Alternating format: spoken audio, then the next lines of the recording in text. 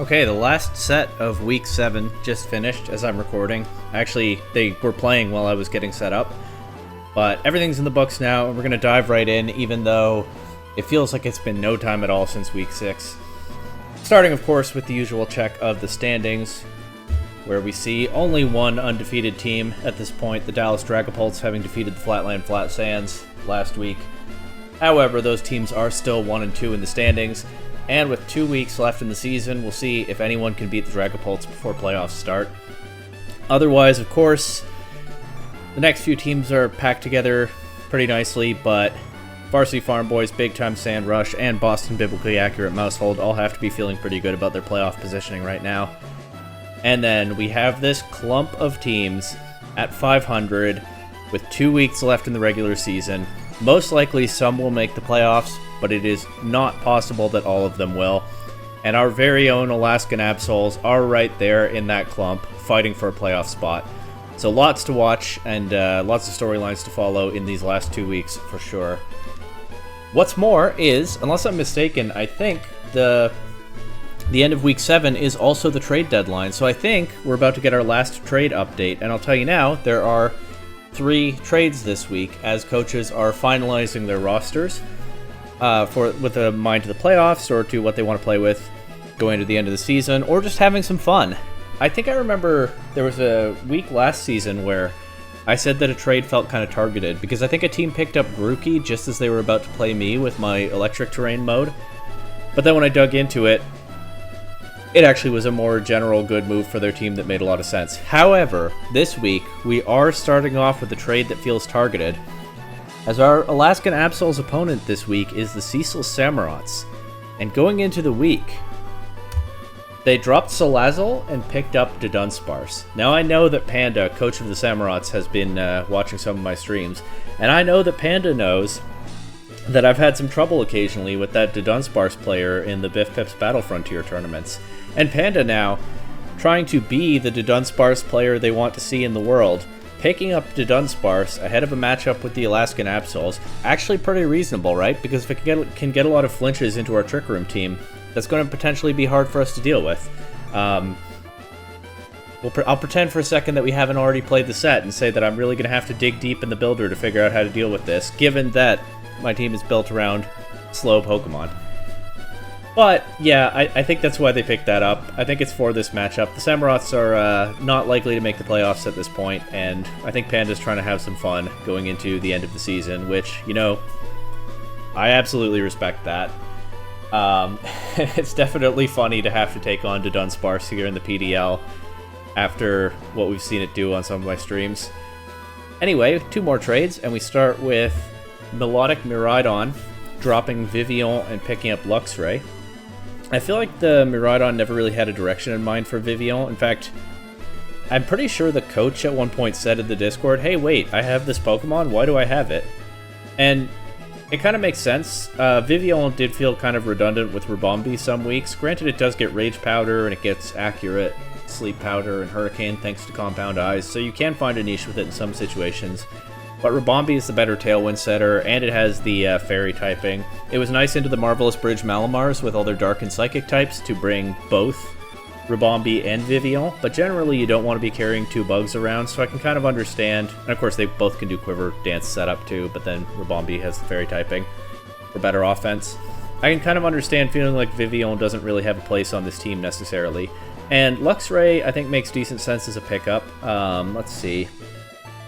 It gives them an electric type where they don't have one before. That's always kind of nice to have. But also, Luxray is kind of a low-key, decent Pokemon with Intimidate, able to hit hard with those electric attacks. It gets Snarl. I can't recall what else it gets off the top of my head right now, but it actually has a pretty reasonable VGC move pool for kind of like a grimy Incineroar kind of game plan. It's a Pokemon that I've used a little bit in past formats and found, you know, you never see it much at the highest levels because it's usually outclassed, but it's actually kind of solid. And in a Draft League format, honestly, I'm a little surprised that it was even available. So I think that makes a lot of sense as a Pokemon to have in general. I mean, yeah, it makes sense for this team, but also it's just pretty good. And finally, what I believe is the last trade of the season. The Azure Bay Chatots have dropped Magnezone and picked up Heat Rotom. I'm going to feel pretty silly if I'm wrong about the trade deadline and there are more trades next week, but I don't think that will be the case. Okay, I feel like we haven't seen Magnezone do a lot this season, though I haven't tracked it very well. They did, of course, also just recently get a different steel type in Skarmory, although I don't know what, if anything, they really plan to do with it. But Heat Rotom is what? It's a more flexible electric type in some ways. I think it's probably faster than Magnezone. Tell me in the comments if I'm mistaken. It, of course, gets fire coverage. With the Overheat, it can run things like Will-O-Wisp and Trick to disrupt an opponent in ways that Magnezone can't do. Magnezone as a slow attacker maybe made sense with the Trick Room modes on this team, but yeah, I don't know necessarily what it is about Heat Rotom that they see here that they'd rather have. It does, since I pointed out that a team just picked up an electric type where they didn't have one before, this does give the Chatots their only fire type, I believe, glancing over their roster right now. And so rounding out their coverage a little more might be kind of a key thing that they were looking at. But yeah, definitely unlocks some roles that Magnezone didn't bring to the table. So I don't know necessarily what their plan is, but I can kind of understand why a team would make a move like this, and we'll just have to watch their replays to see what they actually plan to do with this. And there's not really anything more to do here but see replays. Well, first you'll get my live commentary of the Alaskan Absols versus the Cecil Samurotts, and then after that we'll cover the other sets. So that's the plan, let's go. Alright, we're here. I was having some trouble with my mic a moment ago, but I think it's okay now. And we're facing down the Dunsparce one more time. That, of course, was the one Pokemon I knew for sure that they were bringing, but looking at this team, and I planned a bunch for the Hisuian Samurott. Oh, good luck, have fun. And I don't see that, which is kind of good, because I actually felt like the Pokemon that I brought were kind of weak to it. That said, what I think I have... Oh, okay, good. I went Flare Blitz on the Incineroar. I was considering Close Combat for the Samurott, but I like the coverage into Toxicroak, so that choice is aging well at preview. Anyway, you might be wondering why I didn't bring Wide Guard Bastiodon, especially since I have learned that I was mistaken earlier, and Hitmonchan doesn't get Wide Guard. Lee and Top do, but not Chan. But I just didn't find room for Bastiodon, so instead it's Covert Cloak Dusclops here to set Trick Room. Of course, that cannot be flinched by Rock Slide. Okay, we got the Kilowattrel and the Farigiraf as usual, and then some slow guys. Well, and low kicks. How do I want to lead into this? Oh, they could do Imprison Trick Room. I don't have much for that. I also have min speed on most of these Pokemon, except not on Baxcalibur and Incineroar. Those are just unchanged basic speed, so I do have a little more flexibility in that sense. I could lead AV Baxcalibur with Dusclops. Actually, I don't like that, though, because I can't protect Baxcalibur into the Dunsparce, what with the Assault Vest. Should probably lead either Hitmonchan or something with Protect. Let's do Hitmonchan Dusclops, and then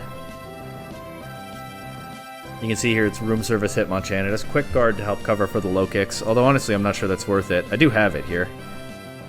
But I can also get a big knockoff into Farigiraf, maybe with the Dark Terra if need be. And then I think I will bring back Excalibur. Maybe, probably, yeah, I think so. Excalibur and Primarina's not bad in game 1 here. And it has some exploitable weaknesses for sure. Incineroar's not bad.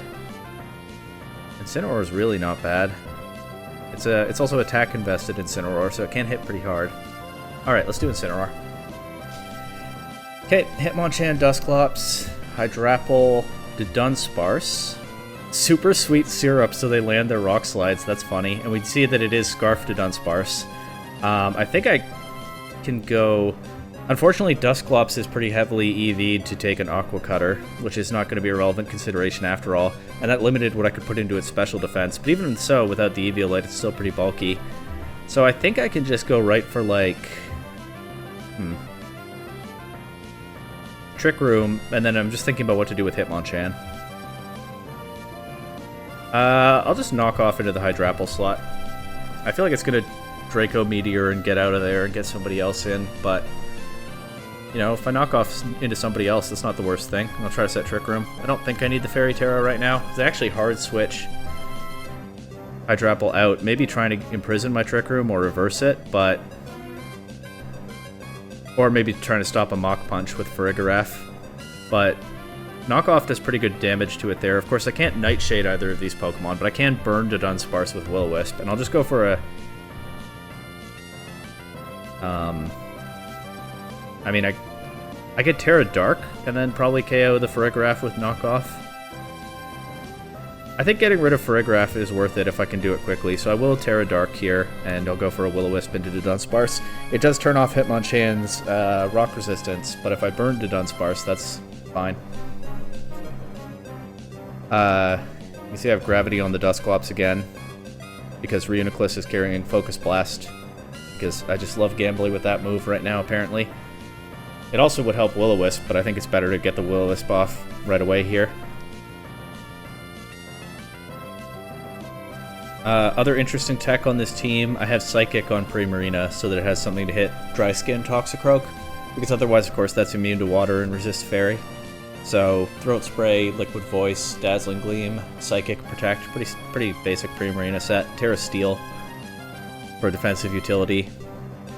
Terra Fairy on both Baxcalibur and Dusclops, and also on Reuniclus, because I like the defensive utility a little more than Terra Fighting here, even though it's carrying Focus Blast and not Terra Blast, because I wasn't that confident that I would Terrestrialize it.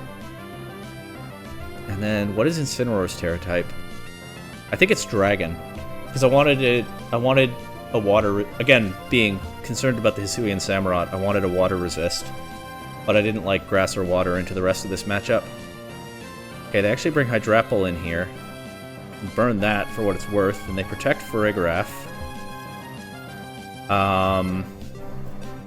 I think I'm actually going to Drain Punch the Farigiraf slot now, because I think that they might try to switch it out to preserve the option to reverse or imprison my Trick Room later. And if the Dunsparce comes back in, landing a Drain Punch into that would be pretty good. And I can set Gravity, or I can just go for a Nightshade into Hydrapple. I didn't bring Reuniclus to this game. It's probably better to just get damage on Hydrapple.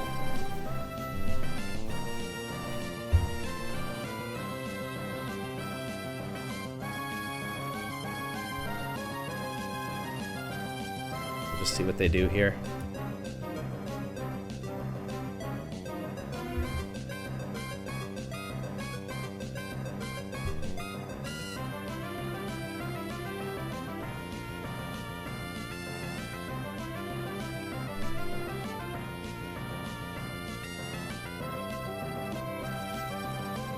Okay, the Farigiraf does switch out, but it's the Low-Kicks coming in. Hitmonchan takes a Draco Meteor, does a lot of damage, and we'll see the Eject Pack here.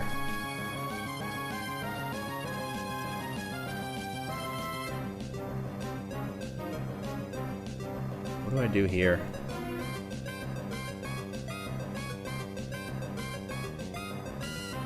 I mean, I've made Hitmonchan weak to Bug. I should probably Quick Guard around a possible First Impression, or switch to Incineroar. And actually, Incineroar is pretty safe in this position, so I do think I'm going to switch to that. It'll give me a little bit of room to attack next turn, and I can keep the Quick Guard hidden for now. And I'll just go for a burn into Low-Kicks. Dusclops, of course, resists First Impression, and it's a -1 attack now. Incineroar still takes a lot of damage from that, because Low-Kicks does go kind of crazy with that First Impression, but hey, we keep Hitmonchan alive. They do seal my Trick Room here, but does Farigiraf want to take another knockoff? And if the Dunsparce comes in, we can maybe catch it with a Will-O-Wisp. Or maybe it's better to just...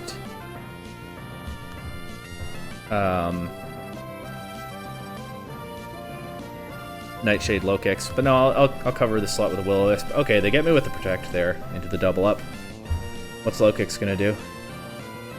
Knock off Dusclops. They see the Covert Cloak here if they haven't figured that out already. No more Trick Room. So Low-Kicks will be faster than my Pokemon. I'll go for another knockoff into the Farigiraf slot, and this time I think I will Nightshade Low-Kicks, because I'm pretty sure I can't use Trick Room.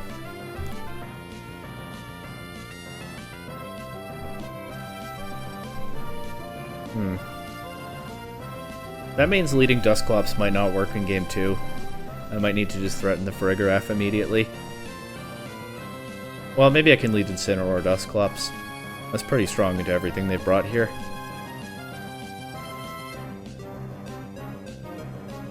But hey, gotta close out game 1 first. The other thing about Farigiraf is if I can get rid of it, then I can start clicking Mach Punch when I get Hitmonchan back in. And at this point, that'll finish off low kicks. Should do a lot to Dunsparce. Hydrapple is still pretty healthy, unfortunately, but I still have Baxcalibur in the back, which I believe will be faster if...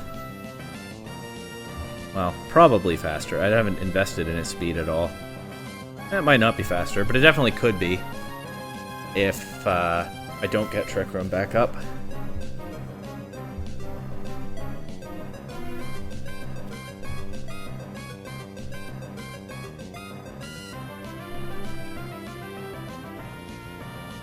Okay, we see this Fairy Terra on the Farigiraf. Oh, I forgot that I'm running Bright Powder Incineroar.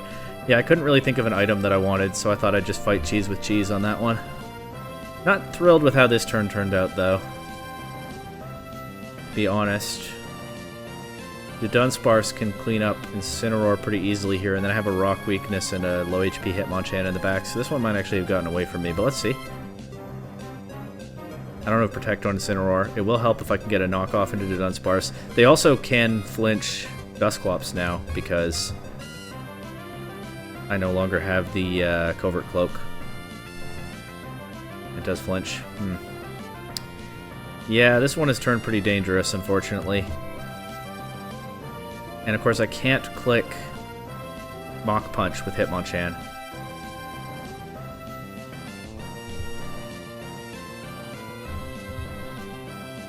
Okay, but it can dodge a Rock Slide. And get KO'd by Dazzling Gleam. Alright. That's probably a loss in game 1 here. Gonna have to bring something better. I can't even safely Glaive Rush the Dunsparce because Farigiraf will probably go after Baxcalibur. Yeah, okay. Oh, it's a Fairy type. Okay, I completely threw that. That's unfortunate. Well, game 1 was looking pretty doomed anyway. Let's see what we can do in game 2. But yeah, completely choked that last turn there. I need to threaten Farigiraf immediately, I think. That's harder to do with the Fairy Terra. I still don't feel good about leading Baxcalibur into this. I think I will lead Incineroar, Dusclops. Bring Hitmonchan again. And bring Marina maybe this time? I think that makes sense. But yeah, this is some good prep by Panda here.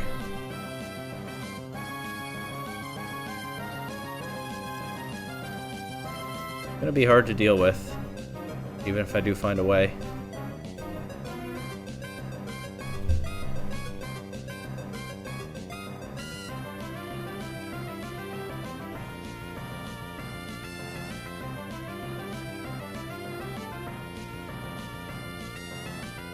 Okay, Hydrapple Kilowattrel this time, so I do get another chance to get a Trick Room off. Maybe they thought that I wouldn't try this time. Oh, wait, actually the Intimidate forces the Hydrapple out, so they can get Farigiraf in here. Okay, but it's the Dunsparce instead. I did give them boosted Kilowattrel, and I don't have an Intimidate into the Dunsparce. I can go for a Fake Out here. They can stop that by switching Farigiraf in, but I'll Fake Out Kilowattrel. That can break its Sash, and it's probably the more dangerous Pokemon here, and I'll try to set Trick Room. I mean, I think I'll succeed in setting Trick Room, one way or another, but this is once again going to be a tough one. Panda says, I messed up, rip, in the chat. I don't know if they didn't bring Farigiraf, or meant to go out to Farigiraf there, but misclicked, or who's to say, but might have given our team a little bit of an opening here, as Kilowattrel flinches, and okay, Rock Slide misses Incineroar, that's nice. Dusclops will get the Trick Room up, of course, because of the Covert Cloak. And I'm just going to go right for a Flare Blitz into Kilowattrel and a Will-O-Wisp into Dudunsparce. Maybe Hydrapple comes back in and is not that bothered about the burn, but if I can burn Dudunsparce or Low Kicks or Toxicroak if the Farigiraf isn't here. Okay, we don't get the burn. We do get the KO on Kilowattrel. And we'll see what comes in next. Or you know what? Maybe my Intimidate activating the Eject Pack was not intentional on Panda's end. Maybe that's what the mess up was. I don't know.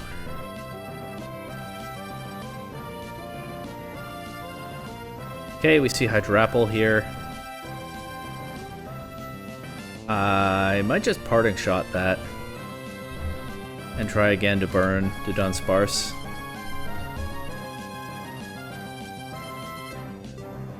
And I can get, what, Primarina in? Or Hitmonchan, but probably Primarina. Especially if the Hydrapple is going to use a Draco Meteor to, if it targets correctly, lower its own special attack.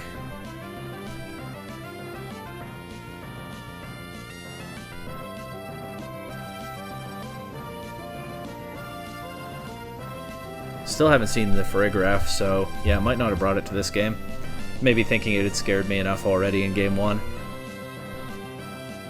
Oh, never mind, there it is. Well, guess we burned that. Incineroar takes a Fickle Beam, gets the Parting Shot off, okay. I guess I'll go Primarina here. The Water Terra on Hydrapple is not ideal, but I think Terra Steel Primarina goes kind of crazy here, actually. Funnily enough, a Water Terra Blast is probably their biggest threat into it, but just click Hyper Voice to get the Throat Spray. And I kind of want to bring Incineroar back in and just sack it, but then I don't know what position that gets me afterward. Maybe I should just Nightshade Hydrapple and live with the possibility of Dudunsparce going down. Or not I keep getting the names wrong. Dusclops going down. I think I'll take the damage. I can always sack Incineroar later if it still makes sense to me.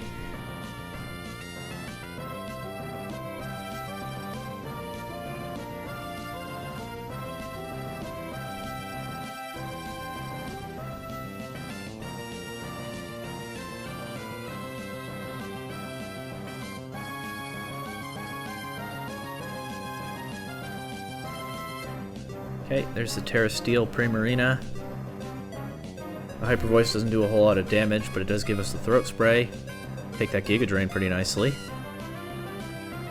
And, of course, Imprison from the Farigiraf, but that's okay. We're starting to accumulate damage here. Oh! It's Sealed Dazzling Gleam. Huh. Didn't think about that part, did I?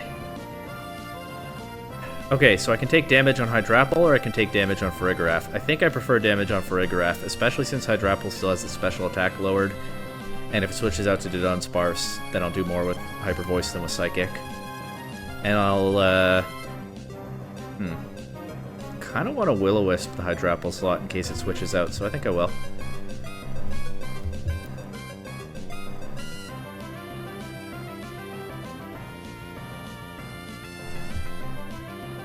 Okay. I should have known by now that the Farigiraf will spam Protect. That's the same way it played last game, but that Hyper Voice actually did pretty reasonable damage to Hydrapple.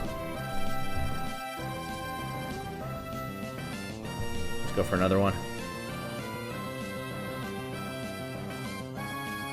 And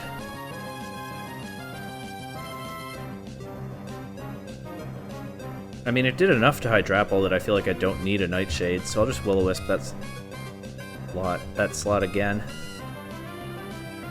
As, yeah, Terra Steel Primarina is just resisting everything these Pokemon have to throw at it. Do get a little bit of recovery with the Giga Drain into Dusclops, but Hydrapple still drops to burn damage. The Dunsparce is going to come in. I can protect Primarina and try to set Trick Room. And then I still have my other two Pokemon in the back if I need them. They didn't knock off the Covert Cloak this time, so Dusclops will definitely not flinch. I almost just got its name wrong again. You probably heard that. But yeah, we'll just go single target Hyper Voice and Will-O-Wisp.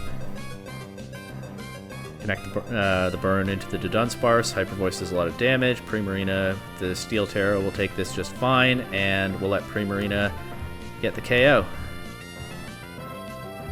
And we're going to game 3. RIP 60% chance. You know what? I'm not going to tell them now, I'll tell them after, but they might not know that the Covert Cloak is stopping the flinches. Okay. Game 3. Incineroar Dusclops again. Here, Steel Primarina went crazy. They might try to answer that with Toxicroak. Well, then I do have the Psychic. I think it's worth bringing Primarina again. And honestly, there's a case for Reuniclus. There's also a case for Baxcalibur. I'm starting to feel a little down on Hitmonchan, actually. Although, Hitmonchan is the best equipped against late game Dudunsparce of the 3. I should probably still bring Hitmonchan. Okay, so I will.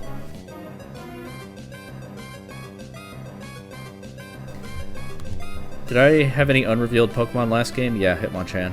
I just have to keep track of that for the stats when I post the replays. Because they track how many games the Pokemon are actually brought to, not just how many sets. Okay, Incineroar, Dusclops against Kilowattrel Low Kicks this time. But Low Kicks will take that Intimidate nerf, and we'll just fake out into Kilowattrel again. If it shows Terra Ghost, good for them, but I feel pretty okay to... No, I do feel pretty okay to try to set Trick Room here. Should I fake out Low Kicks? It could go for a Dark Attack into Dusclops. In fact, the way they're leading it, that probably is what it's going to do, and I know that it doesn't have a Covert Cloak. I'm going to fake out Low Kicks. They might have a Calc, I don't know.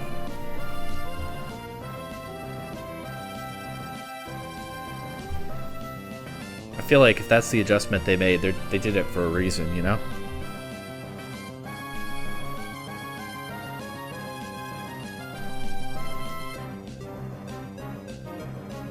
Wow, this is going to be a long video. I'm at like 20 minutes just on my own set. But that's fine. More fun and cool content. Can't complain about that, right? Anyway. Well, okay, it's done. Fake out into Low Kicks. Air Slash into Dusclops. Once again, they cannot get the flinch because of the Covert Cloak. And now, I can Flare Blitz Kilowattrel. I haven't broken its Sash this time. Maybe Terra Fairy Dusclops was the play there. Well, no, because I was faking out Low Kicks. Maybe fake out into Kilowattrel and Terra Fairy Dusclops is what I mean. I can Terra Fairy Dusclops here, but honestly, I don't feel like I need Dusclops to survive as long as it has been. And it might be better to get a Pokemon that does more damage out. I've only gotten Trick Room up once per game anyway, so far. I'll just Nightshade Kilowattrel. With the double target, I can KO it through its Sash.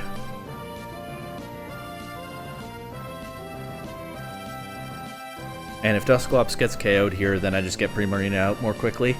And I think the Terra Steel Primarina is probably more valuable than the Terra Fairy Dusclops. Although, of course, I don't know what the other two Pokemon are on the other side this game. If I see the Toxicroak, then I think that is a smart adjustment that makes a lot of sense. And I haven't really prepared for it. I mean, I thought about bringing Reuniclus, but I didn't. But I haven't shown Psychic on Primarina yet, so I do have that one bit of prep. Might come down to kind of a guessing game over which stab the, Oh, that's smart. Toxicroak will use. Okay, I don't get the KO on Kilowattrel this turn. That's not great, but...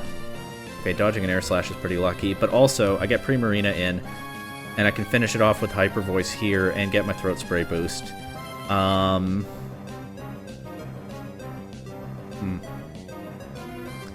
I guess I'll just... They don't have a Fire Resist. I'll just Flare Blitz the Low Kick slot and catch whatever switches in if anything does. Primarina, of course, before Terra resists the -1 Sucker Punch, so I'm not too worried about that. Kilowattrel can protect if it wants, but it's not an offensive threat this turn. And I still have 2 more turns of Trick Room after this. And of course, if it switches out to preserve itself, then it gets rid of its own competitive boost. So yeah, I'll just try to get my Throat Spray here. And the Flare Blitz is insurance for a switch. Or if Low-Kick survives the Hyper Voice. I don't know the calc.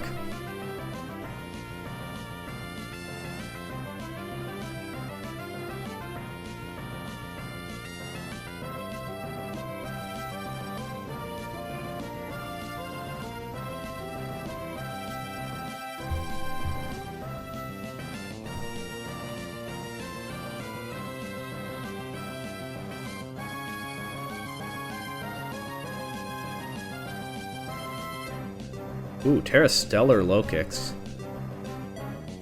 Big Sucker Punch into Primarina. Does actually quite a bit of damage.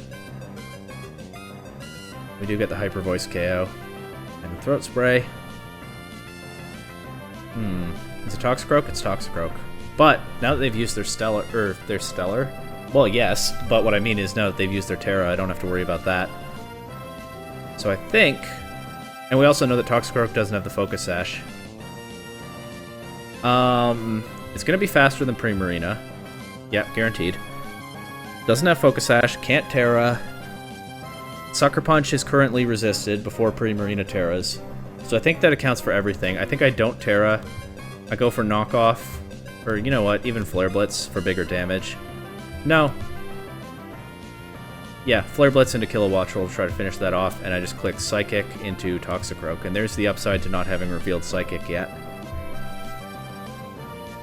If they have Bright Powder or a Focused Band, they could get me here, but I think otherwise I've covered for everything else.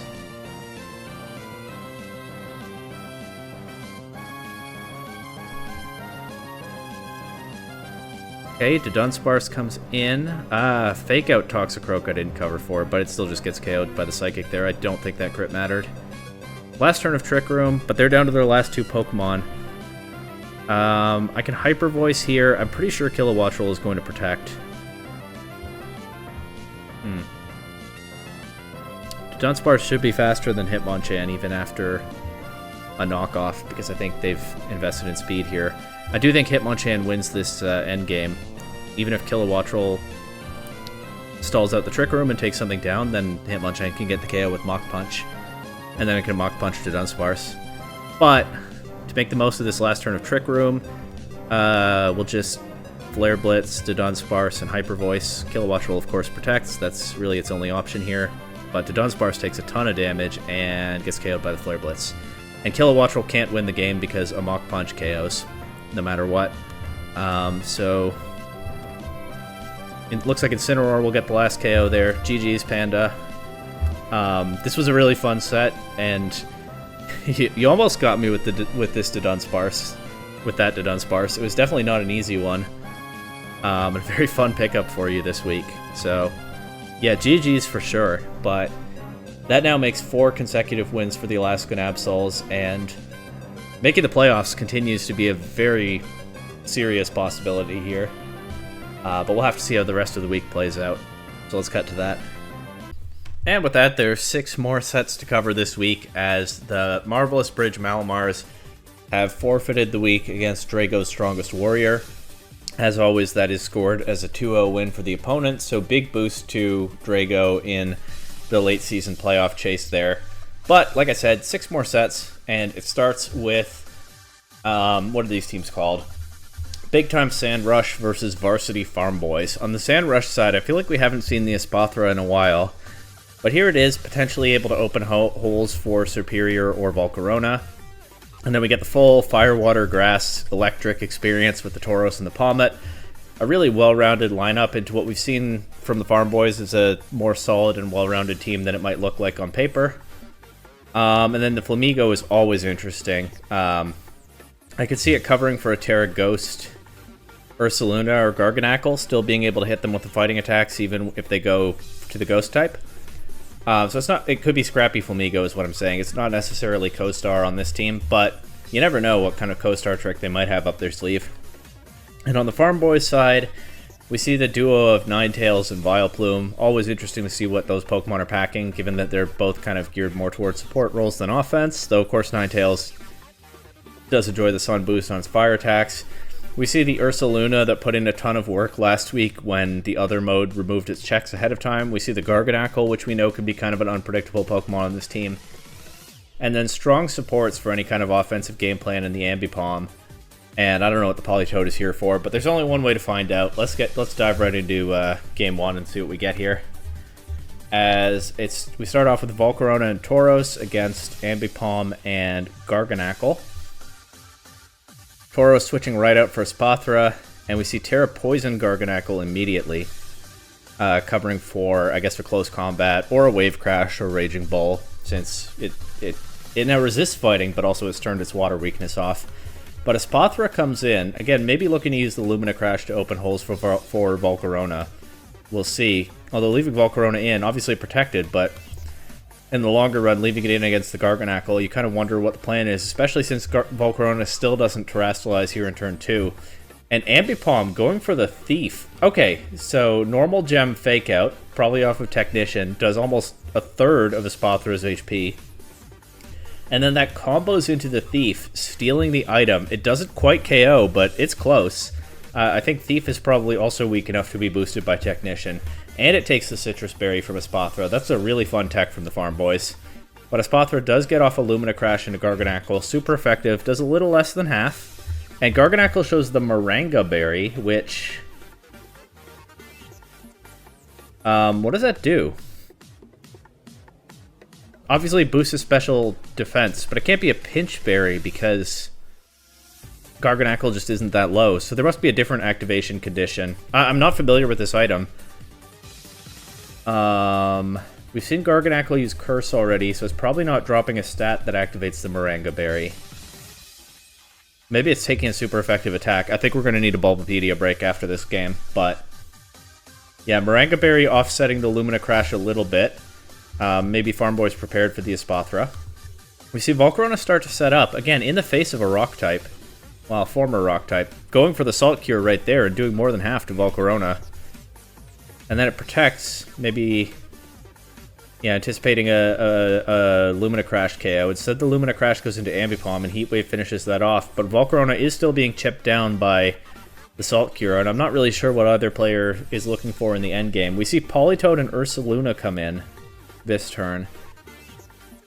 Politoed KO'd by the Lumina Crash Giga Drain combination, so that is very powerful into this team, with Volcarona just not fearing the Garganacl. The Salt Cure damage not racking up quickly enough in the face of Giga Drain recovery into Politoed and Ursaluna, though we actually see a Heat Wave into Ursaluna here. And both of Sandrush's Pokemon will finally drop to a Rock Slide from the Ursaluna, not the Garganacl. Tauros comes in, gets the Intimidate drop on 2 physical opponents, and we see the Flamigo, which can threaten a fighting attack into Ursaluna. Of course, the Garganacl has given itself a fighting resistance, and it's not the Ghost type, so Scrappy is of no help into this. We see now Terra Dragon Tauros. Covering for what? I'm not sure. I don't really know what moves these Pokemon would throw. Well, I guess Salt Cure is one. Yeah, maybe it's just covering for Salt Cure damage, because of course that is increased into water types. I can't think of what else the Terra Dragon would be for in this position, given that especially it clicked Raging Bull, which is boosted by the Politoed's Rain, but still not enough to KO Garganacl. So we see Flamigo close combat into a Protect. Garganacl gets a chance to recover, but yeah, it protects here. It's still under a lot of pressure. But we see the Protect block the Raging Bull. Close combat will not KO Ursaluna through the Chople Berry. Some really interesting prep this week from the Farmboys. But Ursaluna's Headlong Rush likewise does not KO Tauros. We see another Raging Bull. Garganacl worn down but not KO'd, but it does drop to a Brave Bird. And Ursaluna, of course, even if it has Earthquake, it can't hit Flamigo with that. So no way for it to get 2 KOs here, and it'll just lose to Flamigo in the endgame. Though it does KO Tauros before going down. So yeah, the Flamigo in the back putting in a lot of work for Sandrush there, able to finish off both of the last 2 Pokemon. But yeah, the way that Volcarona played in the early game was very brave, and it was rewarded with the KOs into Politoed and Ambipom, setting up, of course, that Flamigo endgame. I don't know if they could get away with something like that in Game 2, but before we find out, let's first find out what a Moringa Berry does. I almost forgot, but I didn't.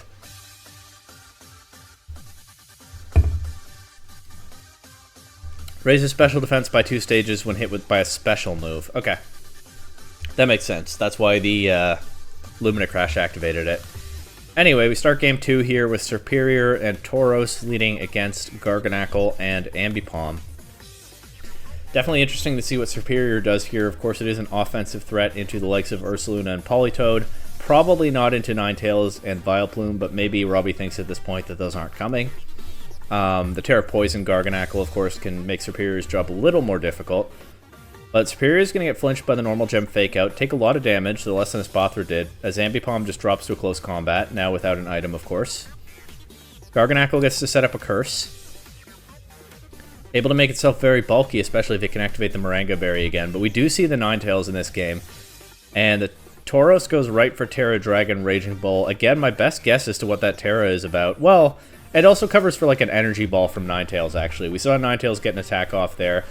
It was a Heat Wave. Ninetales, unfortunately, not that strong. Even with the Sun Boost, doesn't KO Serperior. But that's another explanation for the Terra Dragon in this position, covering for a Grass attack out of the Ninetales. But then also, there's probably the Salt Cure damage consideration. Serperior gets a Leaf Storm boost, but it's at 2% HP. That said, it is Tauros that takes the Salt Cure and still is KO'd by it. Excuse me, we see Espathra come in. The Vileplume, Chlorophyll boosted, goes right for a Pollen Puff, does a lot of damage, but does not get a KO. Espathra will be able to use his own Citrus Berry this time, and we see the Psych Up to copy the Serperior's contrary Leaf Storm boost, so it's now +2 special attack Espathra, able to threaten a super effective Lumina Crash into either one of these Pokemon. Serperior's Dragon Pulse chips Garganacl pretty nicely and gives it the Moringa Berry. Espathra does take a Salt Cure, so that damage is going to add up quickly, but it's at now +2/+1. Just KOs Vileplume, outspeeds Vileplume this turn after Speed Boost, and just drops it with a Lumina Crash. Garganacl still getting chipped. It will finish Serperior off here, and Espathra is, you know, it can't take very many more turns of that Salt Cure damage. Volcarona getting in here, and somehow the Farmboys ran out of Pokemon. I'm going to be honest, I lost count there. Sandrush taking KOs so quickly. I was worried about Espathra being worn down, but there was nothing to worry about. I forgot that Garganacl was the last Pokemon for the Varsity Farmboys, and after the Terra Poison, against +2 Lumina Crash, yeah, the Salt Cure damage doesn't matter. Even the Volcarona doesn't matter. Espathra is just able to clean this one up. So really solid team from Big Time Sandrush. Really well-rounded, flexible, not necessarily obvious what it does at preview, but some great combos there, especially the Psych Up Espathra with the Serperior, and an offensive game plan that didn't rely on Volcarona sitting there in front of a Rock type this time, and just ran through the Farmboys team. Big win there for Big Time Sandrush, and we'll jump to our next set, which is Boston Biblically Accurate Maushold versus Miami Palafins. The Palafins leaving their Articunos behind this time. I think, judging by what they said in the Discord, sitting in last place in the league standings. Unfortunately, someone has to. Maybe finding that they're not as comfortable with the Articunos as they thought they would be. Yeah, leaving it behind this game. And we see Hisuian, Lilligant, and Cinderace, which makes me wonder whether there's a manual sun mode this week. Maybe with the Persian setting Sunny Day. Persian, of course, also able to do Technician fake-out stuff like we just saw from that Ambipom. The other Pokemon, I don't necessarily know what they do here. I mean, the Cryogonal and the Noivern, to an extent, help to cover for the Apples on the Biblically Accurate Maushold side. We see Dipplin this week, but not Flapple. And, of course, also able to threaten the Hisuian Decidueye. So, reasonably strong offensive checks into a lot of the Pokemon on this team. I don't know what the Oranguru is here for. It might do, like, Trick Room and Prison. I think it gets Imprison. Maybe Reverse Trick Room. Maybe they have some tech I haven't thought of. On the Maushold side, we see possible Psy-Spam with Meowstic and Armarouge. We see probably not Gravity this week because Dipplin gives them another way to land their moves. The Rotom could be running inaccurate attacks like Hydro Pump in combination with the Dipplin. It does give the Maushold some insurance to get KOs with Population Bomb. But yeah, I don't know what the game plan is looking at this team. It's the kind of team where you just have to watch the replay and see what happens. And so it is. We get Cinderace and Oranguru leading against Maushold and Dipplin. So maybe there is a Population Bomb coming immediately, and sure enough, there is, doing a ton of damage to that Cinderace. Only needing 5 hits to KO, one of them a crit. And whatever that Oranguru was trying to instruct, that's not going to work at all when Cinderace is just outsped and KO'd by the Maushold like that. Actually, that's what I thought. Cinderace has higher base speed than Maushold, so I feel like I did get a spoiler. I feel like I saw something about Scarf Maushold in the Discord that I forgot before I clicked on this replay. It might be Scarf Maushold with Dipplin to make up for the lack of Wide Lens. Very cool if that's what it is. We see the Syrup Bomb into Oranguru there, giving them a little bit more speed control. Dipplin going for the Terra Water in the face of Cryogonal so that it can sit on the field. And a big Population Bomb once again from the Maushold. The Oranguru is the safer target in a sense because it has the it has taken the what's the ability called? Super Sweet Syrup Drop. But it does survive thanks to its berry, and Cryogonal lands a big Ice Beam into the Maushold, and we see Dipplin going for the Sweet Scent. So yeah, a ton of accuracy support from that Dipplin. Makes me think, I do remember correctly, and it is Scarf Maushold. Very interesting tech there. And certainly something they could bring with a Gravity setup from the Meowstic in future weeks. But we see now the Rotom come in as the Maushold is kind of forced off the field by the offensive threat of Cryogonal. Dipplin will finish Oranguru off with a Pollen Puff. It is drowsy, but I think that's worth it on the Maushold side. As we see the fourth Pokemon is Decidueye, and Hisuian Lilligant on the other side. Rotom Volt switching out, Dipplin coming in. Does Dipplin's ability not activate more than once in a battle? I've actually never tried using Dipplin. In any case, we know it has the Sweet Scent if it needs it. Rotom running Thunderbolt, so it doesn't necessarily need the accuracy support, as Dipplin is tanking attacks pretty well here. Rotom finishes off the Cryogonal, drops to a Leaf Blade from Lilligant, Trick Room expires, and it's just Lilligant against Dipplin and Maushold. Maushold, of course, going first with what I believe is Choice Scarf Population Bomb. Maushold does actually have higher base speed than Hisuian Lilligant, but again, lower than Cinderace. And without any evasiveness drops or anything, it still lands enough Population Bombs to get the KO. Over to game 2, and if I'm the Palafins coach here, that Population Bomb is probably in my head if I figured out what the tech is at this point. But we'll see how they adjust to it. There's nobody on their team that really wants to take a Population Bomb, as it is just the Dipplin Maushold lead again. They do have Fake Out Pressure with the Persian this time, and Maushold actually switches out. I guess it can't protect, so yeah, why not? We see no normal gem, but the Fake Out still does a lot of damage with the Technician boost. Dipplin goes Terra Water, turning its double weakness to Freeze Dry into a single weakness, and tanks it reasonably well. Gets the Syrup Bomb there into Persian. Dipplin just controlling the board so much in this set so far, although it is forced to switch out there. We see the Abrupt Meowstic this time. Persian KO'd by Thunderbolt, okay. There's the Cinderace, but the Maushold isn't here to offensively threaten it anymore. It does get faked out by Meowstic, so we'll see later what the Terra Grass is for. Maybe it's just like a Terra Blast into Rotom. Meowstic will drop to Freeze Dry, and so Maushold has to do, okay, they still have Dipplin. Potentially not for long, as Palafins just getting good offensive pressure with these faster Pokemon while the Maushold is off the field. And landing their super effective attacks, KOing Rotom and almost Dipplin. Dipplin gets one more Sweet Scent off, but the Maushold is going to have to put in a ton of work to win this one. And it Population Bombs the wrong target. Not a great start for it. Cryogonal will finish Dipplin off, and I think on the Palafin side, they have 3 Pokemon left. They probably figure Maushold will take a KO here, but it can't KO all 3 Pokemon before dropping itself. Cryogonal lands the Freeze Dry into Maushold. Cryogonal might be choiced, because I think we saw it use Ice Beam in Game 1, and that would be stronger than Freeze Dry into Maushold, but the Freeze Dry still does so much damage.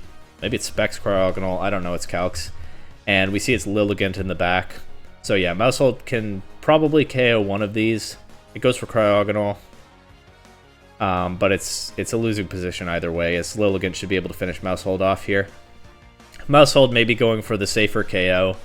I think maybe Spooky, knowing that the game was lost, going for the safer KO to boost Maushold's stats, and that being into the target that had taken an evasiveness drop.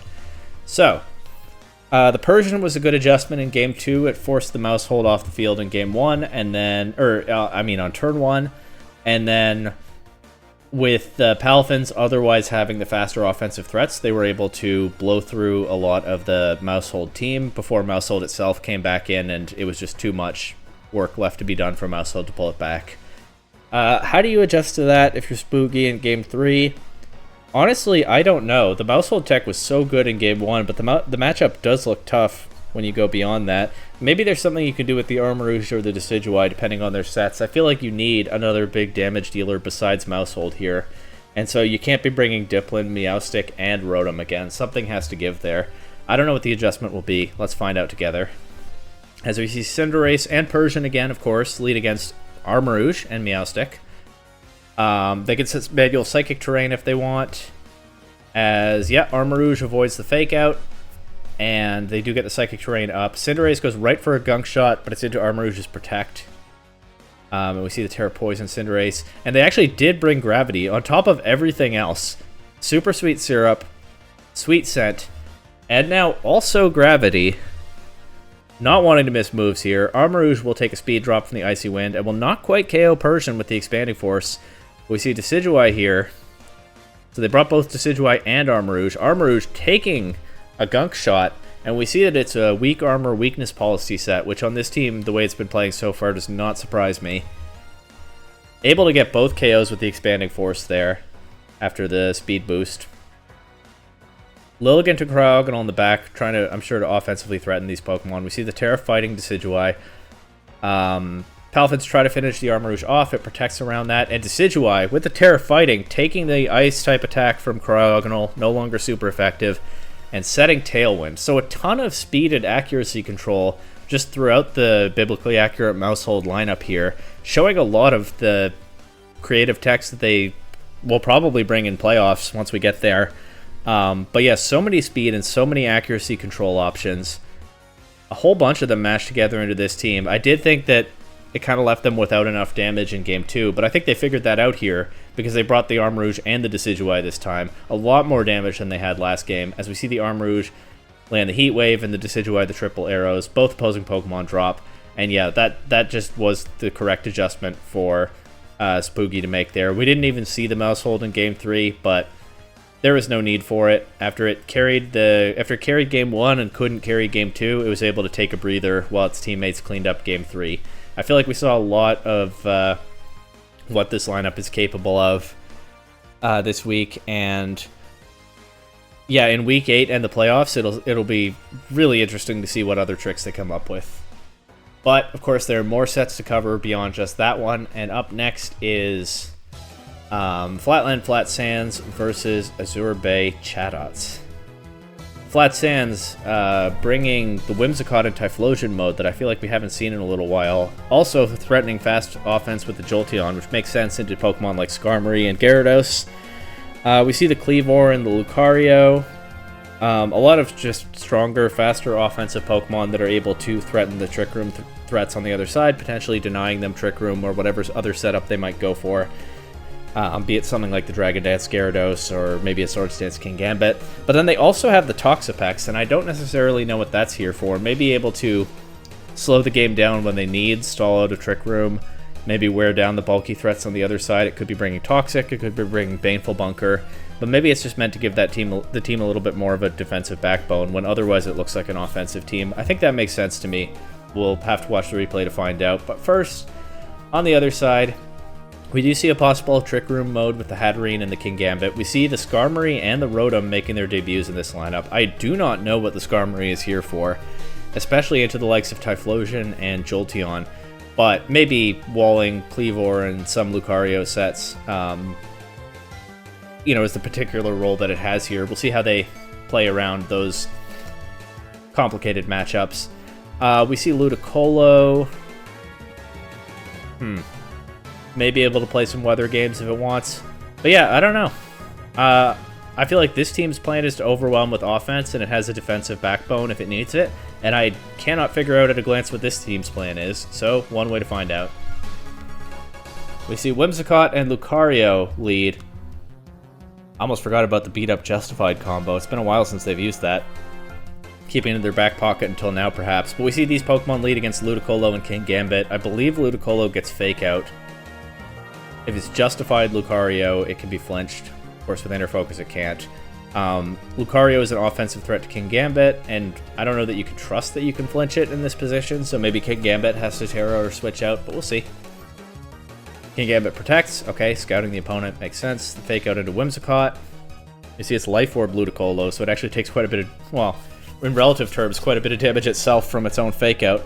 But Covert Cloak Whimsicott does get the beat-up Justified setup into Lucario, as the screen fills with text there, and King Gambit at least stops the Drain Punch with Protect. King Gambit goes out to Sinistcha, makes sense, that can't be Drain Punched. As we see Tailwind, and they switch to Meteor Mash, probably anticipating that the Sinistcha or maybe the Hatterene is coming in there. Or that the King Gambit has a Terra type that stops Lucario, because you probably have that kind of cover for the likes of Lucario and Mudsdale. Maybe the Skarmory is here to stop Mudsdale too, now that I think about it. But, although Sinistcha and Ludicolo are strong into that as well. But yeah, I mean, it's not the craziest read ever, it's pretty straightforward, but switching to the Meteor Mash means that the Sinistcha cannot switch in safely and gets KO'd. Lucario does take a lot from this Muddy Water. We see the Citrus Berry to keep it somewhat healthy. Hatterene comes in, but it's under a ton of pressure.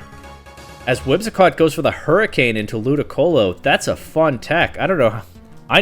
How many of you watching remember that Whimsicott gets Hurricane? I know. It gets a lot of wind moves, but you don't see that in VGC.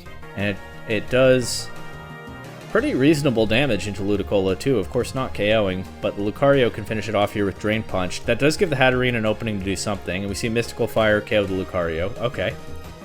But that may have been their window to set Trick Room, if they wanted to do that, and that window is gone now, as Kleavor is another, well, I think it's gone. Kleavor is another huge offensive threat into Hatterene, and, I mean, maybe it has a tech to KO King Gambit, but I feel like picking up Hatterene is kind of the obvious thing to try to do with Kleavor here.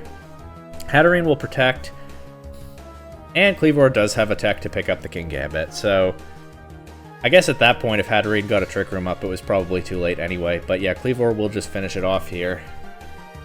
Pretty commanding Game 1 win for the Flat Sands. Getting the Lucario set up, getting a lot of damage into the opposing team with it, and then Kleavor was able to clean everything up. Pretty straightforward, and we'll see how the Chatots adjust here in Game 2. As it's Whimsicott and Kleavor this time, leading against Rotom and Ludicolo. Kleavor, of course, threatening Rotom with a, well, it's threatening both of these Pokemon with its stabs. Really, it is just a Pokemon that puts in a lot of work in this matchup, huh? I wonder whether the Skarmory has something to cover for it, and whether we'll see the Skarmory in this game. Kleavor protecting around a possible Fake Out, while Whimsicott sets Tailwind. It immediately gets KO'd by Overheat, but Whimsicott has done its most important job already. As we see the Eject Pack Rotom getting the Hatterene in here. But Hatterene will have to face Lucario now. Terra Fire Hatterene does not take that Stone Axe from Kleavor. Maybe anticipating a Meteor Mash, but my guess is Flat Sands probably double targeted the Hatterene there with the Stone Axe and the Meteor Mash, so that something was getting a KO whether it Terastallized or not. And the fact that it Terastallized gave Lucario a chance then to hit the Ludicolo instead. Yeah, you don't click Meteor Mash into Ludicolo, so that's definitely what they did. Ludicolo gets a Muddy Water. It does KO Kleavor. Does a lot to Lucario. Lucario having really good survivability, though, in this whole matchup with the Citrus Berry, as we see Jolteon and Rotom come in. Some pretty good damage with that extreme speed, and the double into Rotom will knock it out. As Ludicolo this time going for a Giga Drain into Jolteon, trying to get its HP up, I guess. I feel like a Muddy Water would be just doing more this turn, but we see King Gambit in the back. It will KO Jolteon with the Sucker Punch, so maybe they just needed the safe damage. Yeah, maybe they just felt like they needed the safe damage into Jolteon, and therefore you go for Giga Drain because you're guaranteed to hit, while Muddy Water has a chance to miss. There may be a calc that they know there or something, so that King Gambit could pick up Jolteon, and you're trying to get to some kind of end game that you can win. Probably with Ludicolo against Lucario. Lucario goes for an attack into Ludicolo, doesn't even KO, and now Yeah, Ludicolo stops the extreme speed from picking it off. Lucario, I guess going for extreme speed makes a lot of sense because the Kingambit can't Sucker Punch that, extreme speed having higher priority than Sucker Punch. So they're in a Sucker Punch mind game now. Unless the Kingambit is choice locked. But it's not. We see the Iron Head this turn. And Flat Sands had a good Sucker Punch mind game going for a few turns there, but lost it in the end. But that, of course, doesn't end the set for them. That just brings us to Game 3. And let's just jump right in. We see Whimsicott leading with Kleavor against Hatterene and Sinistcha. So this might be the game where Chatots finally do commit to a Trick Room game plan, as Sinistcha is able to redirect Kleavor's attack away from Hatterene. Kleavor going for U-turn, probably anticipating something like this. And we see Whimsicott side beat up into Toxapex. What does that do? What is that for? Maybe... I feel like the only way that makes sense, because we know the Whimsicott is Hurricane. It's not like it has to just kill a turn, right? There's always something useful it can do, even if you think Tailwind is detrimental. I feel like the only way that makes sense is if they had Lucario in the back, or maybe like a Weakness Policy Typhlosion, but more likely Lucario. And they committed their moves that turn intending to bring Lucario in, but then something that happened in that turn, or something they thought of later, caused them to change their mind and bring Toxapex in instead after already committing to the beat up. So I'm trying to think of what that looks like here. I don't know what it is. Like, what is it about Sinistcha Hatterene lead? Is it the Rage Powder making them think that they need to remove Sinistcha before Lucario can be effective here? Is it the fact that neither Pokemon terastallized? Or maybe they did just think of something during the turn that they didn't think of before the turn. I don't know. I have no idea whether Pancake Mix watches these videos. I don't think I've ever seen them comment on one or anything. So I would guess probably not. If you do happen to see this, by all means, let me know what happened this turn, because it certainly looks like you changed your mind about what Pokemon to switch in. But I don't think sitting here right now I'm going to figure out why that happened, and I probably shouldn't spend more time on it at this point. In any case, the Toxapex does come in. I anticipated earlier that it might be kind of a defensive backbone Pokemon to help stall out a Trick Room. So if that is its role, we'll see here. Baneful Bunker to kill one turn, as Whimsicott does survive that Mystical Fire and get a Moonblast drop into Hatterene. Terra Dark Toxapex. Of course, would have taken a Psychic attack coming for it. Does now make itself weak to Fairy, but, you know, they can go for another Baneful Bunker next turn, and the Trick Room is almost gone at that point. As we see the Poison Jab, looking for a Poison, not getting it. We see Kleavor come in. Kleavor does not go for Protect. I believe we have seen it switch moves, so it's not choiced. Also, this looks like Life Orb damage right here. Yeah. But maybe it doesn't have Protect. Or maybe they just saw the opening there. Okay, it protects here. They saw a relatively safe KO, I guess, that they wanted to get. Of course, now Sinistcha cannot redirect attacks from a likely Lucario in the back. Toxapex will take a Dazzling Gleam here, but is bulky enough to do that. And the Trick Room is gone, as the Liquidation boost also activates the Rotom's Eject Pack. And sure enough, there's the Lucario. No attacking moves click this turn, so they get two healthy Pokemon in, with the Kingambit's Sucker Punch accomplishing nothing. Hatterene does set Trick Room back up. So that's something. We'll continue with kind of a slower, grindier game here. Hatterene takes a fair bit from the Poison Jab, but survives and is not poisoned. And now Toxapex goes out for Kleavor. Lucario able to finish off Hatterene with the extreme speed. Rotom finished off by the Stealth Rock from the Stone Axe, so that's pretty cool to see. How often does Stealth Rock come into play in a doubles format like this? And it's a Lucario Toxapex versus Kingambit endgame. Hard to see Kingambit pulling this one back, especially after terastallizing out of its Steel typing, which means that it can be poisoned by the Poison Jab, and also just the Toxapex or the Baneful Bunker. And also just the Toxapex doesn't have to go for Liquidation to do damage to it, so it's not risking a Defiant boost from a Liquidation stat drop. But yeah, Lucario lost the Sucker Punch mind game earlier, but this time Lucario is too healthy. It's probably just going to win the end game against King Gambit. But even if it doesn't... Oh, and King Gambit also has turned off its extreme speed resistance. But even if it doesn't, it has Toxapex to back it up. Oh! And I guess... Okay, I guess that's a partial explanation to what happened on turn 1 there. Flat Sand's coach forgetting that Whimsicott's beat up would not be redirected by the Sinistra's Rage Powder, therefore thinking that the beat up would hit Sinistra and not Toxapex, which removes at least some of the reason to bring Lucario in that turn. I'm still not sure that I can figure out the entire play from that, but no, it actually makes perfect sense. If Toxapex is there to slow the game down, grind things out, stall out Trick Room, maybe get some poisons, and you think that your beat up is not hitting the correct target, then yeah, okay, I can understand deciding on the fly not to bring Lucario in anymore. Mystery, I think, probably solved, but Pancake Mix, if you see this, let me know if there's anything more to it. Okay, halfway there, I believe. And we move on to Mobile Mudkips versus Arctic Articunos. And right off the bat, this is perhaps the most interesting set of the week, because we see that the Mobile Mudkips have brought the Mudkip. With its big brother, in fact. We see Swampert and Mudkip here. We also see 3 ground types with this Talonflame. Of course, Mudkip not a ground type, but these 3 Pokemon all are. So really bringing Talonflame plus Earthquake user to the extreme here. And then the Gardevoir bringing some special offense and type coverage, I guess. But yeah, I have heard that the Mudkip will come to at least 1 game, so I'm eager to see what it does for sure. Very exciting. On the Articunos side, I don't know, it's a pretty typical Season 6 Arctic Articunos team. The Tauros is able to intimidate. I mean, there's been so much ground spam from the Mudkips this season. Intimidate Tauros makes sense. It also helps to cover for the likes of Scizor. Blastoise and Electrode make a lot of sense to help cover those matchups as well. The Blood Moon Ursaluna is, of course, the centerpiece of their team. That plus the Goodra is a solid, bulky duo.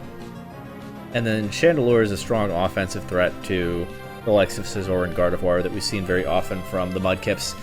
So I don't necessarily know exactly what the game plan is, but all these Pokemon make sense here into the kinds of modes that the Mudkips have been bringing throughout the season and really doubled down on this time with 3 ground types and a Mudkip.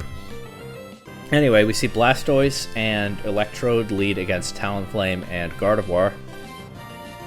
Gardevoir will, I think, get flinched by that Fake Out, but the Talonflame does get the Tailwind up before dropping to Thunderbolt.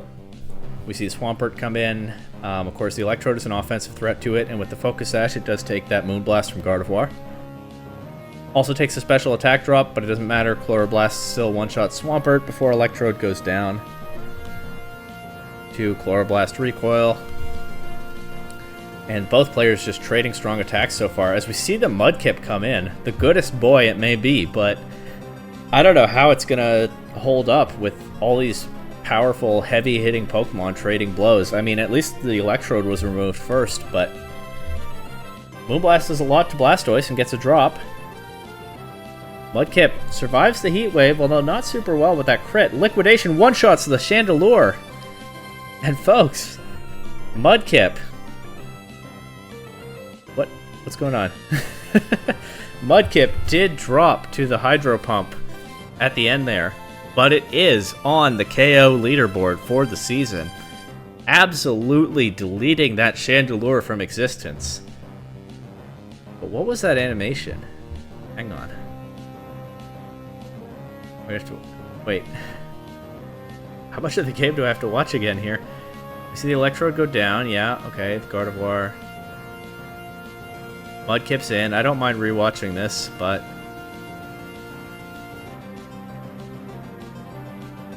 survives the Heat Wave even with the crit. One-shot Chandelure. Drops a Hydro Pump. Okay. The replay looks normal this time. I don't know what happened earlier. I'll have to watch that back. But right now we'll have to watch Game 2. As we see Blastoise and Electrode leading against Talonflame and Gardevoir. This time Talonflame protecting turn 1. Gardevoir again taking the fake out. But it feels like a very similar opening to last game. This time Talonflame terrestrializes, turns its electric weakness off. Electrode is knocked down to its sash before it lands an attack into Talonflame. And actually this time it goes for the Chloroblast into Gardevoir and misses. So Electrode accomplishing a lot less this game than before. But Blastoise KOs Talonflame with the Hydro Pump, so the double up... Well, it's not a double up. Electrode targeted Gardevoir, but they still remove Talonflame this turn. We see Garchomp, which I believe we did not see in Game 1. Of course, Gardevoir playing into the Earthquake spam modes, as we've seen throughout the season, able to take no damage from its teammates Earthquake thanks to Telepathy. Electrode is finished off here. Blastoise takes some damage and then drops to Gardevoir's Psychic. And we see Goodra and Chandelure come in. The Terra Water Goodra takes the Earthquake, not super well. I guess turning off its Fairy weakness, but I'm pretty sure at this point that the Gardevoir is choice locked, so it's going to click Psychic anyway. Chandelure's gone. And Goodra will stall at the last turn of Tailwind here, but it'll still be slower than Garchomp, so it'll get KO'd next turn. Just an Earthquake spam sweep from the Mudkips. We really are seeing the Movo Mudkips at their Mudkipiest here, not only because they brought the Mudkip, but also like the purest Earthquake spam mode we've ever seen from this team, and it really did just run through what the Articunos brought in Game 2. The Terra Fire, Protect Talonflame. Well, I mean, the Talonflame didn't really do that much to neutralize the Electrode in the end. The Chloroblast miss was probably bigger. The Chlorophyll Blast. But, even the Talonflame just surviving an extra turn really shifted the momentum compared to Game 1. And we'll see how the Articunos adjust in Game 2. I don't necessarily know how they beat this much Earthquake spam, but I'm sure they have something. They had to have seen it coming. We see Blastoise and Chandelure lead this time against Talonflame and Garchomp. Again, with the Protect on the Talonflame around the Fake Out, but this time the Fake Out goes into Garchomp. Well, I think we know that it's Covert Cloak Talonflame. Actually, I don't think we know that, do we? I don't think they ever tried to Fake Out the Talonflame, probably anticipating Covert Cloak. Its teammate takes the Fake Out again. Good damage on Garchomp from that, but now the Tailwind is up, and the Garchomp is throwing off Earthquakes. And dropping to an Ice Beam. Okay. Good use of bulky Pokemon there by the Articunos to shut down the initial Earthquake spam, but we've seen the Gardevoir do a lot of damage so far. And it continues to here with Moonblast doing more than half to Chandelure. I feel like that's got to be Specs Gardevoir. There's the Terra Water Goodra turning off its Fairy weakness. The Talonflame finally gets a chance to do damage and finish Chandelure off. The Goodra does take the Moonblast. KO's Talonflame, gets a drop on Gardevoir. And the Mudkip is back. The goodest boy is here once again. One turn of Tailwind left. Gardevoir can... well, it's putting out a lot of offensive pressure still. Actually, it'll probably just get flinched by Blastoise this turn. Never mind. Mudkip protects, Gardevoir gets flinched. But if Gardevoir survives this turn... Okay. Oh, it does! I thought it was going to get knocked out by that Sludge Wave. But no, Gardevoir survives. It still is providing some offensive pressure here. Moonblast finishes off Blastoise. Mudkip going for a Rock Slide. Interesting. What's last? Ursaluna. Vacuum Wave does not KO Gardevoir through the double resistance. And I think this Moonblast, it had a chance to miss, but it didn't. It finishes Goodra off. Liquidation does less than half to Ursaluna, but it's close, and we see the Terra Water Mudkip, the Ursaluna finally finishing Gardevoir off with the Vacuum Wave, but it took 2 double-resisted Vacuum Waves to knock out this Gardevoir that had narrowly survived Goodra's Sludge Wave.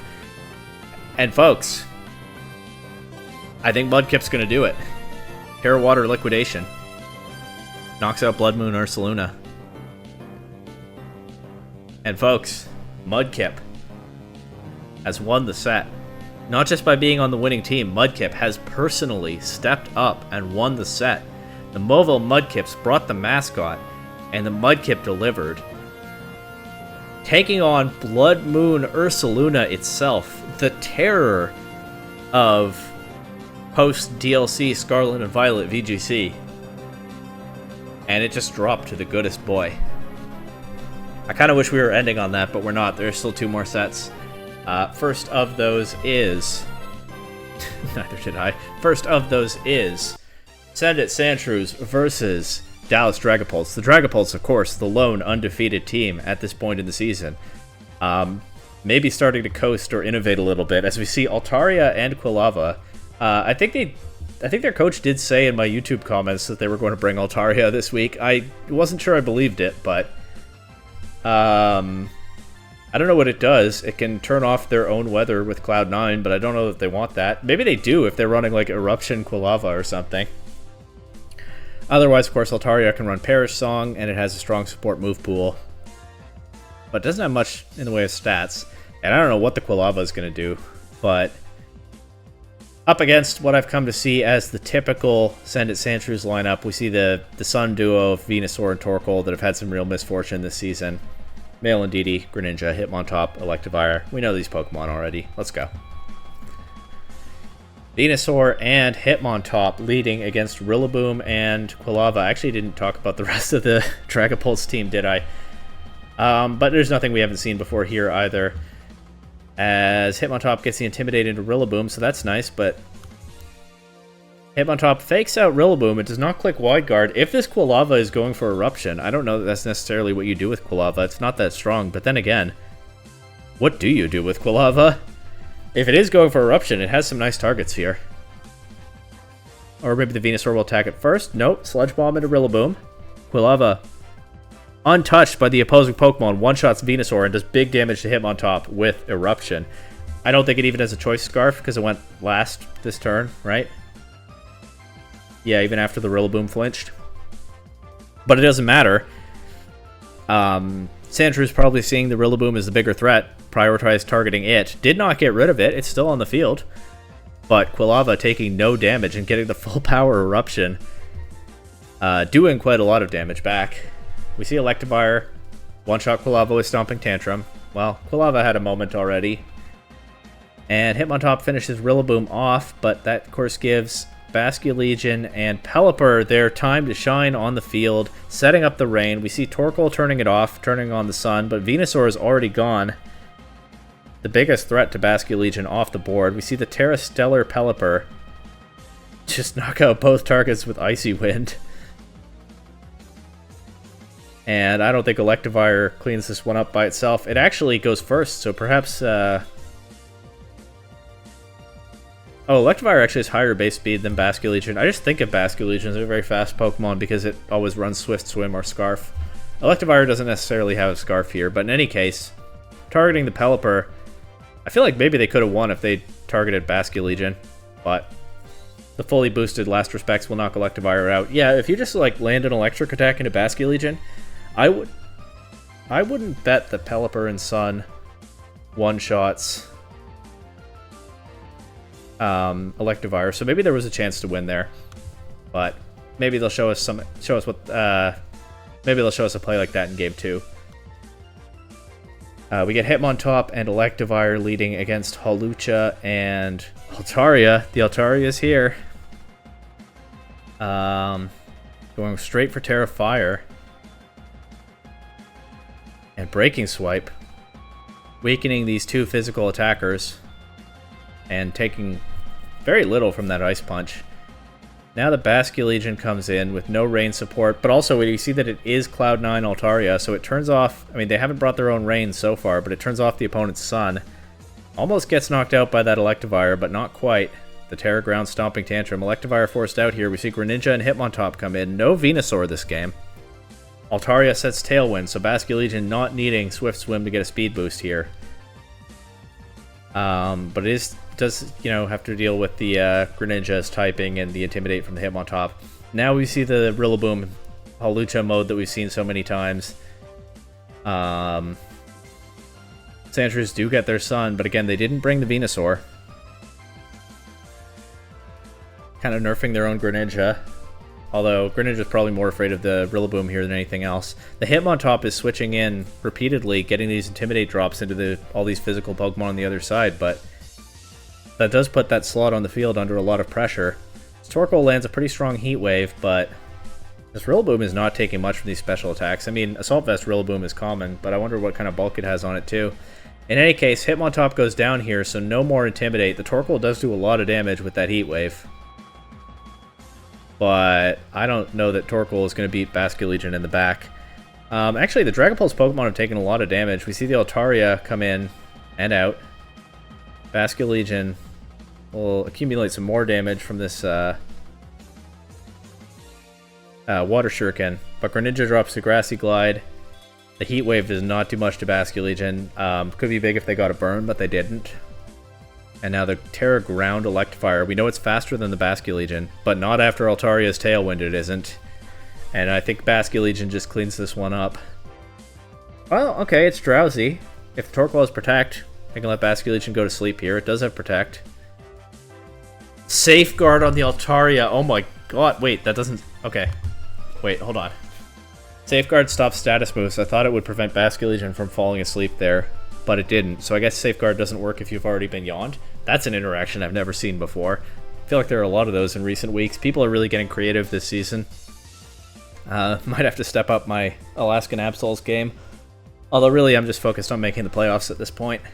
But yeah, I didn't know that interaction. Tell me in the comments if you knew that interaction. I doubt many people did. The Basculegion does still fall asleep through the Safeguard, so I got excited for nothing. But Heat Wave is not doing much to it. Doesn't even KO the Altaria there. The Altaria, I guess, having Breaking Swipe as its only damaging option, not doing much back, but if the Basculegion wakes up, it's probably over. Well, okay, Heat Wave's going to be single target now. Does the Torkoal have a chance? I think a crit would not have KO'd, right? So the Torkoal didn't have a chance. I don't think the Torkoal was able to win that one, although Basculegion's Wave Crash did crit. There was some discussion in the Discord about whether the crit mattered, as we see that it was Choice Band Basculegion. Okay, so it was a roll in the end. Torkoal could have won with a favorable damage roll. I don't know what the odds were. My guess is they probably favored Basculegion, but actually that's been checked in the Discord. Bear with me while I check on that. I think someone posted the calc. Okay, yeah, the odds favored Basculegion pretty heavily, actually. It was like an 87.5% chance to KO. It still is a roll. There still was a chance for the Sandshrews to win that game. But after two, I think, very close games. Yeah, after two very close games, both, I think, potentially winnable in the end game, they do come up empty. And the Dallas Dragapults improved to 7-0 on the season with 1 week of regular season left. And there's still one set left to go through, the one that just finished playing when I started recording here. Lightning Lancers versus Melodic Miraidon. The Miraidon showing their new Pokemon Luxray, their old but not previously used Pokemon Diglett, which of course is the last pick in the draft, and the all too familiar duo of Sneasler and Dragapult. The Lancers bringing their Sand mode with the Hippowdon and Excadrill. Bringing the Salamence to, I'm sure in part, cover for the opponent's fighting types. Of course, it's also not all that afraid of Luxray. Might not want to be intimidated depending on its set. And pretty much eats a Diglett for lunch. Neither Salamence nor Haunter can be trapped by Diglett. And we see the Alchemy, which they've mostly used as a setup attacker before, but it could still go for a Decorate in something like Excadrill or Salamence. Or I even feel like Decorated to Hippowdon could be interesting, given that Hippowdon's main problem in the season has been its damage. But I'm going to take a sip of my drink because my throat's starting to cry out for it, and then we'll get started on this last set. Alright. We see Magmar and Gallade leading against Indeedee and Excadrill. Excadrill just goes right for Terra Ground. Indeedee taunted. High horsepower does not KO Gallade. It gets a chance to hit back with the Sacred Sword, but with Excadrill having turned off its fighting weakness, that doesn't KO either. And now we see the Hippowdon setting up the Sand. Gallade did not click Wide Guard last turn, nor does it click Wide Guard this turn. It is KO'd by the Earthquake, but the Terra Fire Magmar is able to avoid the Earthquake damage, and oh, it just went for Follow Me. So I guess trying to redirect a high horsepower so it would do no damage and Gallade would get a chance to attack. But, of course, can't redirect the spread damage from the Earthquake. and Magmar missing a chance to potentially finish Excadrill off there. We see Dragapult come in. I believe Excadrill will be faster with Sand Rush, but we see it protect this turn as Hippowdon takes a Heat Wave pretty well, but attacks into a Protect. Okay. Now we get the Sneasler, but it's coming in on this Excadrill. No Earthquake this turn, but Sneasler does take a lot of damage from that Iron Head. But now we see Magmar finish Excadrill off, and Hippowdon is being worn down. We actually see double Iron Head. The Sneasler KO'd before it can do any of its cheese, and now Alchemy can come in pretty safely in front of Dragapult. The Sneasler removed. Of course, thanks to Dragon Dart's smart targeting, Hippowdon takes both hits with a Fairy-type teammate on the field, and Magmar is not able to taunt the Alchemy as it's stopped by the Aroma Veil. So Alchemy, again, starting to set up for itself. The main thing that we've seen it do all season, with the Acid Armor here, making it a lot harder for Dragapult to remove it. The Indeedee coming in will not be helpful to Dragapult either. Also, Dragapult going for Dragon Darts again tells me it's probably choiced, because of course that will never do any damage to this Alchemy. Aroma Veil also stopping the taunt into Indeedee, and we see the Calm Mind Alchemy. The Acid Armor and Calm Mind combination that kind of blew my mind in week 1. Showing up again here, and I don't know that Think Boy has anything to stop it. Magmar takes that stored power reasonably well, but... Okay, the Dragapult, by the way, not choice locked and has started clicking Flamethrower, sure, but that's not doing much damage to Alchemy. Dragapult's gone. Sneasler's long gone. Lancer's striking immediately after their Sand Mode removed Sneasler, getting the Alchemy set up, and I feel like, yeah, Sneasler was the only thing on the other side with a significant chance of stopping it. Of course, Gallade's Sacred Sword would ignore the Acid Armor boost, but also be resisted by Alchemy. I feel like the only way they come back is if they position the Sneasler better, but it's hard into that Sand Mode. I don't know what they have to overcome Excadrill and Hippowdon first. I mean, the Terra Flying Magmar is an interesting defensive piece, but the Excadrill was pretty much free to click attacks into its teammates with the Hippowdon backing it up, and that's how the Sneasler got knocked out in the first place. But we'll see what they do in Game 2, as we see Gallade and Magmar leading against Haunter and Alchemy, going right for the Alchemy setup this time, and getting crit immediately by that Psycho Cut. So never mind everything I said about Alchemy. It's no longer a factor in this game. But now we have Hippowdon and Trick Room. Hippowdon, again, I've been underwhelmed by its damage this season, and after that Flame Body burn, I really don't know what it's going to do here. Gallade reversing the Trick Room, whatever the Trick Room game plan was, and I really don't know what the vision is with the rest of this team. They didn't bring something like Crawdaunt or Crabominable. Excadrill and Salamence are not really obvious Trick Room Pokemon. I won't be shocked if the Lancers actually benefit from their Trick Room having been reversed, but I don't necessarily know what the game plan was there. But the Hippowdon definitely nerfed with that Flame Body burn. And Haunter KO'd by the Psycho Cut. Much stronger start, you would think, by the Miraidon here. They get the Sneasler, and there's the Excadrill. So yeah, I don't know what the Trick Room... Hold on. Haunter used Trick Room turn 1. I mean, I guess they were just trying to get Alchemy set up and didn't think Alchemy would be one-shot. So that probably threw off their whole game plan. And yeah, I think the Lancers just benefit from their Trick Room being reversed by the opponent here. But Excadrill throwing off the Earthquake. We still don't see Wide Guard from the Gallade. I think we can assume it doesn't have it. The burned Hippowdon still able to finish it off after the Earthquake damage, and Dragapult, it does get a Dragon Darts off, but Hippowdon's bulk coming through. Not even in danger from that Dragon Darts. Would not even have KO'd with a crit. And after Excadrill knocks the Dragapult down to its sash, I mean, yeah, Hippowdon tanks that attack nicely, and the burn doesn't matter at that point. Even if Hippowdon had done no damage, even if it had missed, Dragapult would have been KO'd by the sand. So, for all that I've bashed Hippowdon a little bit this season, and I don't think it's a bad Pokemon, it just has its flaws. Really playing to its strengths this week, and even the burn couldn't slow it down that much. But personally, I don't think that's the most exciting thing this week. It's hard to pick the coolest thing that we saw this week. The Quilava was great.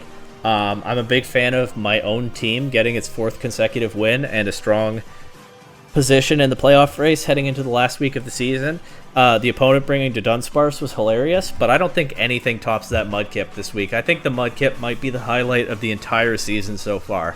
And the most exciting part is there's still one more week for every coach in this league to bring whatever they want to bring. Try hard, creative combinations they haven't brought out before, using their team to its fullest. They've had 7 weeks to get comfortable with what they have, and there's still one more week of regular season before we narrow the field and go to single elimination. So the Mudkip might be the peak so far, but we'll see what kinds of peaks are ahead of us, and I hope you'll keep watching when we come back next week.